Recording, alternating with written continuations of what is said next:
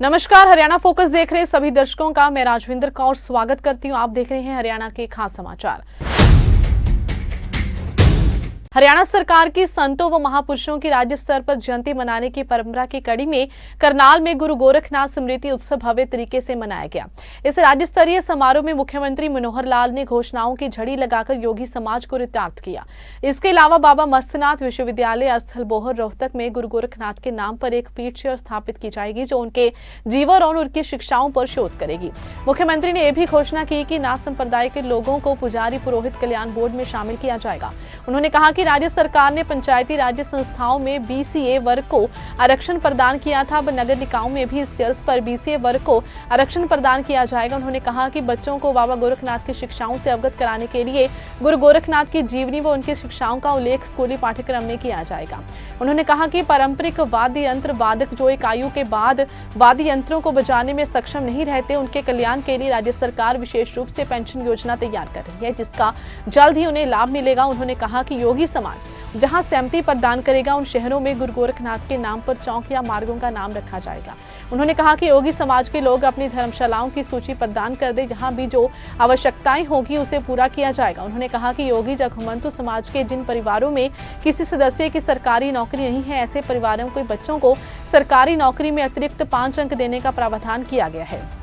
मुख्यमंत्री ने कहा कि समाज की कुरीतियों को दूर करने में हमारे संत महापुरुषों का सदैव अतुलनीय योगदान रहा है। उनकी शिक्षाएं आज भी उतनी ही प्रासंगिक हैं, इसलिए समाज में फैली कुरीतियों को दूर करने के लिए राज्य सरकार ने संत महापुरुषों की शिक्षाओं का प्रचार करने हेतु संत महापुरुष सम्मान एवं प्रचार प्रसार योजना बनाई है। इस योजना के तहत सभी संत महापुरुषों की जयंतियां सरकारी तौर पर मनाई जा रही हैं। आज का यह स्मृति उत्सव भी इस कड़ी में आयोजित किया गया है।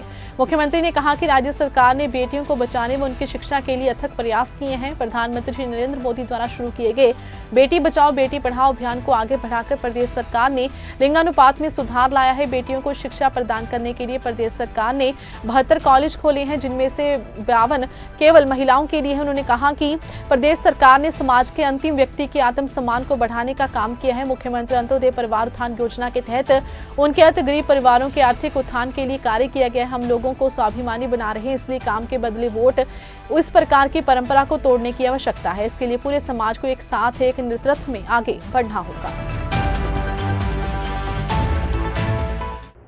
अब ये बोध वाक्य आज का नहीं है। हमारे संतों की इतनी प्राचीन परंपरा बहुत आदिकाल से हमेशा समाज के सुख की कामना ये की गई है। और जब ये सुख की कामना की गई है तो ऐसा नहीं कि जब उन्होंने कहा उस समय ये प्रासंगिक थी, ये आज भी उतनी प्रासंगिक है कि सबके सुख की कामना सब करते हैं। तभी वो भगवत प्राणी हैं। प्रभु के प्राणी तभी हैं जो प्रभु की संतान सब मानवों के लिए मन में एक अच्छा सद्विचार हो। अब इतने संत महापुरुष हुए हैं,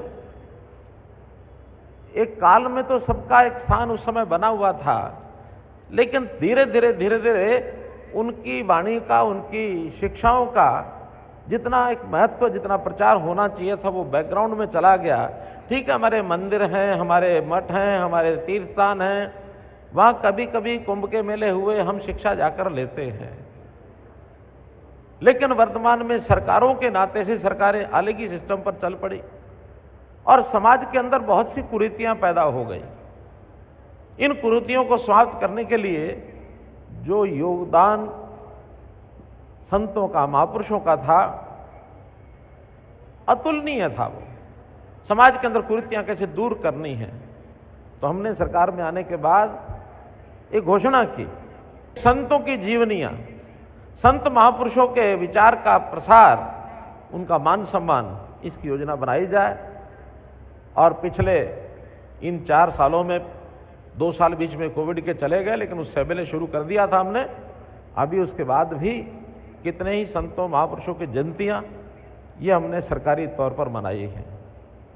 आज भी गुरु गोरखनाथ जी की कोई जयंती का दिन तो नहीं है, लेकिन उनकी स्मृति का उत्सव ये हम मना रहे हैं। इसमें भी एक बात मैं स्पष्ट करना चाहता हूं, जो इतिहास की बात है कि अभी तक महंत संत गोरखनाथ जी के जीवनी के बारे में बहुत कुछ अभी अनभिज्ञता है, बहुत चीज़ें अभी जानकारी में आई नहीं है। उनका इतिहास भी, उनके जन्म का इतिहास भी ऐसा ही है। लेकिन अब समाज को बैठ करके तय करना चाहिए कि वर्ष में कोई एक दिन उनका स्मृति दिवस, उनका प्रकाशोत्सव, उनकी जयंती का दिन ऐसा कोई मनाना चाहिए। 4 मई को आज हम उनका एक स्मृति उत्सव ये मना रहे हैं। इस अवसर पर मैं आप सभी को, समाज के नेताओं को, संतों को, सबको अपनी ओर से बहुत बहुत बधाई, बहुत बहुत शुभकामना देता हूँ। महापुरुषों की अमरता, उनको याद रखना ताकि हमारी प्रेरणा लगातार हमको मिलती रहे। महंत गोरक्षनाथ जी के नाम से अगर कुछ चीज़ें अगर प्रदेश में होंगी तो हमेशा हम याद रखेंगे। जब भी हम जाएंगे उनकी शिक्षा के सामने हमारा नतमस्तक हम होंगे। हमारे आराध्य हैं, हमारे देवता, उनको याद रखना। तो इस परंपरा पर हमने हरियाणा में काम किया है और उस नाते से जितनी भी बातें आपने बताई उनमें से बहुत सी बातों का विचार हमने किया है। जिस प्रकार से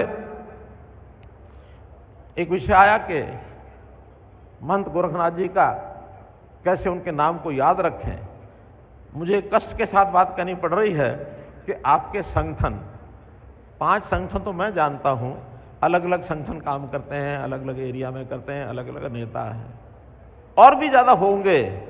मेरा कहना है कि सबसे पहला काम पूरे समाज की एकता, एक होकर के एक नेतृत्व बना करके आगे बढ़ें, ये सबसे पहली आवश्यकता है। और जो मांगे अलग अलग से आई हुई हैं, सब मिल करके एक मांग पत्र के हिसाब से आएंगे, बहुत सी चीज़ें हल हो जाएंगी। जैसे हम 2 या 3 शहरों के अंदर महंत गोरखनाथ जी के नाम से कुछ चौक का नाम रखेंगे, लेकिन वो जब तब आप सहमत होकर के हमको बता देंगे। हम 2 या 3 मार्गों का नाम उनके नाम से रख देंगे, आप सहमत होकर के बता दीजिए कि महंत गोरखनाथ जी के नाम से ये मार्ग रखने हैं, बशर्ते कि पहले किसी और का नाम नहीं होना चाहिए, क्योंकि हम किसी दूसरे को तकलीफ भी नहीं पहुंचा सकते, नहीं ना पहुंचा सकते। हमारे जो अपने आराध्य हैं उनके नाम से अलग से मार्ग हम रखें।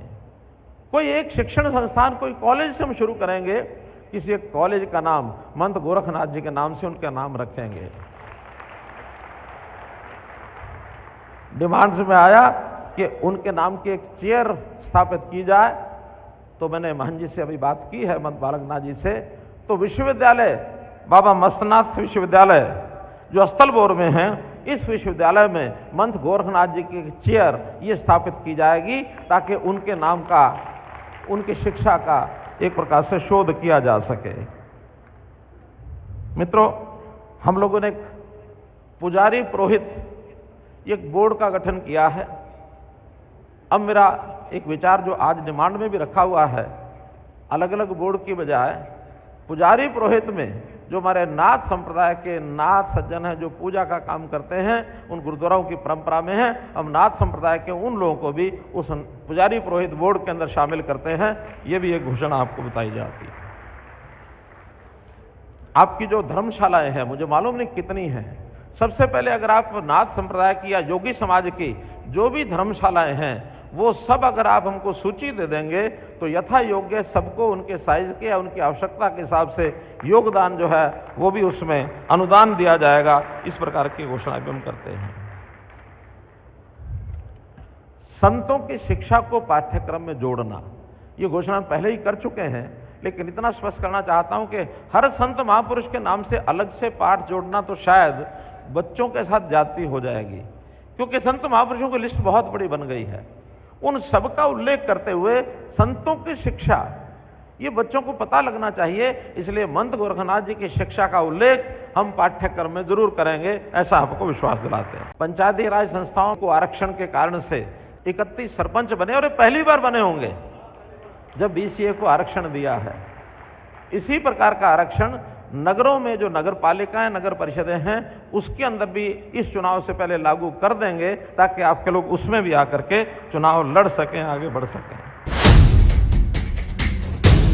फिलहाल हरियाणा फोकस में बस इतना ही। मुझे दीजिए इजाजत। धन्यवाद।